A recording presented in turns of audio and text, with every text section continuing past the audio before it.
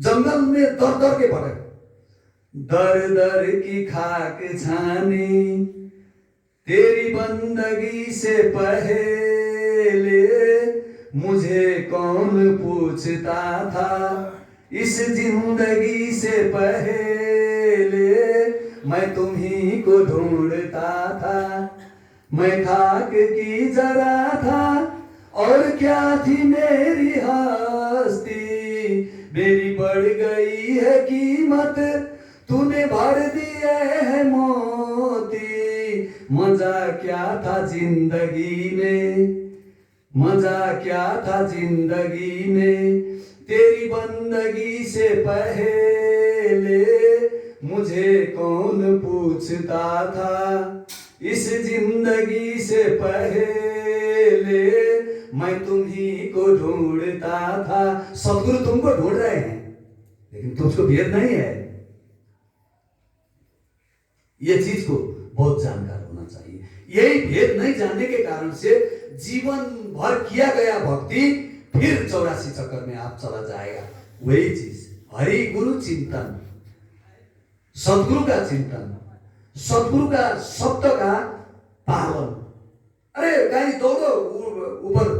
एक माने बंगाल में कथा था, बंगाल में, नेपाल में नहीं है, बंगाल में एक सीधा भक्त है गणेश चाचा नाम का।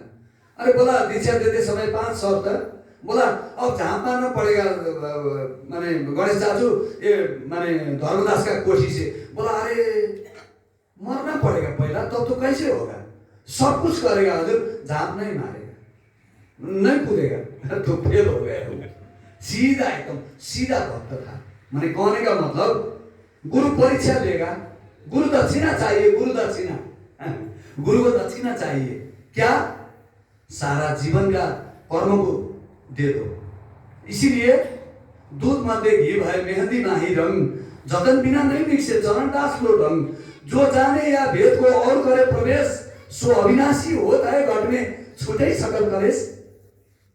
भेद नहीं जानने के कारण से आप लोग को भी वो दिन आएगा, एकदम याद कीजिएगा वो।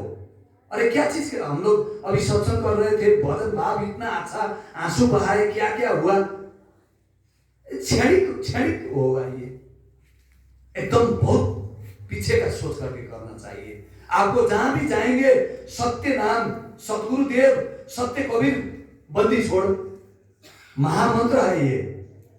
कहीं जाइए, अरे जो हो, जहां जिस अवस्था में हो, इसको एकदम गहना बनाइएगा। एकदम इसको आपको जवान में जैसे भी अवस्था में ये याद आना चाहिए। तो अंत में देह बसान समय चिंते यदि भावे तदे देव भवे जीव इत्येव जन्म कारणम। ये कृष्ण यजुर्वेद, इधर भगवान श्री कृष्ण देखिए गीता में, यं यं वापि स्मरण भाव त्यजते कलेवरम तम तमेवैति तू कंते कंते तथा तद्भाव भावित। अंतिम समय में तुम जिस भाव को अपने अंदर में लेकर के तेरा जीवात्मा ये शरीर से निकलेगा, वही भाव को तू प्राप्ति करेगा। जीवन भर का कमाई नष्ट हो गया, इसलिए सत्य नाम का चिंतन कीजिए। सवाल ये चीज का, एकदम जो कुछ कीजिए सदगुरु वचन का पालन कीजिए। गुरु वचन ही निरंजन, और कुछ नहीं देखता हजुर। आप लोग को यह जानकारी नहीं है। 10वां द्वार, ये 10वां द्वार क्या है, यही है ये। लेकिन 10वां द्वार ऐसा सूक्ष्म है ना, हाथी है ना, हाथी। अब आप ऐसे समझिएगा, हाथी को सुई जो धागा डालते हैं हम लोग सुई के नोक से, उससे हाथी को निकलना होगा, आपको निकलना होगा। तो उसका तो क्या उपाय, गुरु का आशीर्वाद। तो वो सुमिरन द्वारा आप जाएंगे। सत्संग का सार यही है, ज्यादा लंबा करके नहीं होगा। आप लोग अंतिम समय का चिंतन कीजिएगा। ये चीज हरेक जीव को अंदर में होना चाहिए। और दूसरा एक बात है, सब जैसे अब आपको जानकारी है ये भेद, दूसरा को भी आपको ये कर्तव्य है सिखाने का। जैसे कोई प्रेमी अब अंतिम अवस्था में है, अरे हम मिलने के लिए चले गए, स्याउ सुन्तला, अच्छा अच्छा बंगाल का लोग तो बहुत महंगा महंगा मिष्टी लेके जाएगा भेटने के लिए और मिलने के लिए मिष्टी देगा। अरे खाओ खाओ, जिंदा में नहीं दिया, मरने के समय मिष्टी खाएगा वो। और मैंने अच्छा अच्छा पुरस्कार काजू बादाम पिस्ता और जूस वगैरह सब देकर, अरे आज मैंने चल माने बीमार है वो, चलो भेटेंगे। और जीवित होने में कोई एक गिलास पानी के लिए नहीं पूछता, लेकिन अब मरने से सब ले जा करके वहां कर गए। नहीं, वो चीज नहीं कीजिएगा आप लोग। संत लोग खाली हाथ जाइए, लेकिन क्या कीजिएगा, उसको भजन कर दीजिए, एक सत्यनाम का चिंतन लगा दीजिए, भजन भाव कीजिए, उसको 10वां द्वार का खिड़की में हाथ लगा दीजिए, खुलेगा कपाट, शब्द झंकार होगा, वो वही चीज को पकड़ेगा। राजा भरत था, देखिए भारतवर्ष का नाम राजा भरत का नाम से रहा। उतना बड़ा महाचिंतक हरिण का बच्चा को उद्धार किया बेचारा, वो गलती नहीं किया। हरिण का बच्चा दहा करके आया था पानी में, उसको ले आकर के मैंने बच्चा था और कोई जीव को मरने देगा। देखिए कैसे दशा में फंस गया राजा भरत, जानते हैं आप लोग। तो उसी को पालन पोषण में उसका चिंतन चला गया। देखिए उतना बड़ा उपासक और हरिण का जन्म मिला उसको, देखिए तो कितना, वो तो कहाँ गया। तो इसलिए ये महत्वपूर्ण बात है हजुर। तो यही चीज सिखाइएगा आप अपने प्रेमी को भी। तो यही चिंतन के साथ आरती चौका भंडारा और इस अदम नालायक का ये समझना के रूप में ये दिवस आप लोग माने 2 दिन ये अदम को कृतार्थ किया आप लोग, जो आकर के माने ये मंदिर जो आप लोग बनाया, ये मंदिर का भी शोभा हो गया। और थोड़ा थोड़ा काम बाकी है। अक्षर हरि साहब का ये 42 वचन, ये 42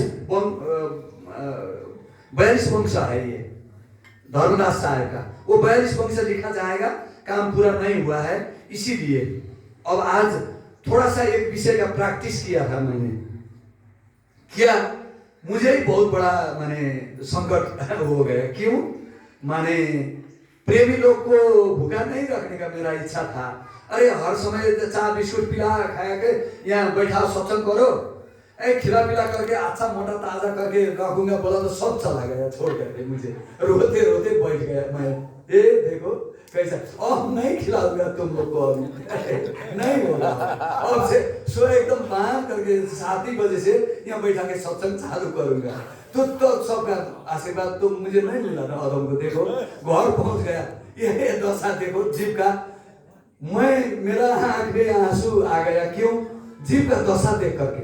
अरे मैं जो कर्म करना चाहता था चला गया लोग, अभी घर पहुंचा होगा कोई कहा क्या, देखो समय गवा लिया ना वो लोग। क्या चीज है, किसके लिए आया था तू यहाँ, क्या चीज के लिए आया, चला गया, खत्म हो गया। अरे ये चीज मिलेगा और फिर नहीं मिलेगा। नेकी व्यर्थ नहीं जाती, हरि लेखा जोखा रखते हैं। नेकी व्यर्थ नहीं जाती, हरि लेखा जोखा रखते हैं। औरों को फूल दिए जिसने, अश्कों की हाथ महकते हैं। प्रेम दिया तो इसलिए वो हाथ महकना नहीं हो गया, चला गया सब।